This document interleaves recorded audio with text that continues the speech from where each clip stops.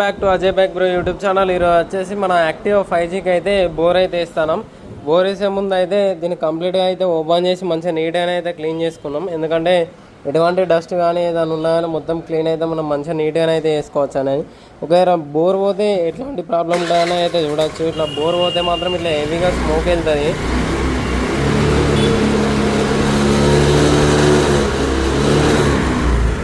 ఇట్లా హెవీగా స్మోక్ వెళ్తుంది. అట్లనే ప్లగ్లు కూడా ఎప్పటికీ ఖరాబ్ అవుతూ ఉంటాయి. స్టార్టింగ్ ప్రాబ్లం అనేది ఎక్కువ ఉంటుంది.